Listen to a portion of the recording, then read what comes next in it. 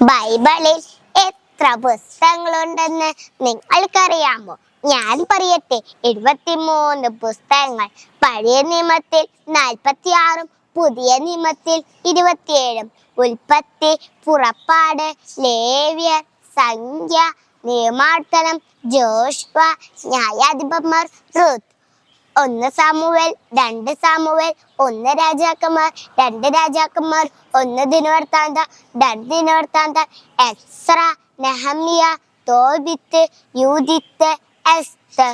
1 ബക്കബായ്, 2 ബക്കബായ്, ജോബ്, സങ്കീർത്തനങ്ങൾ, സുഭാഷിതങ്ങൾ, സഭാപ്രസംഗങ്ങൾ, ഉത്തമഗീതം, ജ്ഞാനം, പ്രഭാഷകൻ, ഏശയ്യാ, ജെറമ്യ, വിലാപങ്ങൾ, ബാറൂക്ക്, എസെക്കിയേൽ, ദാനിയേൽ, ഹോസിയ, ജോയേൽ, ആമോസ്, ഒബദ്യ, യോന, മിക്ക, നാഹൂം, ഹബക്കൂക്ക്, സെഫന്യ, ഹഗ്ഗായി, സക്രിയ, മലാക്കി.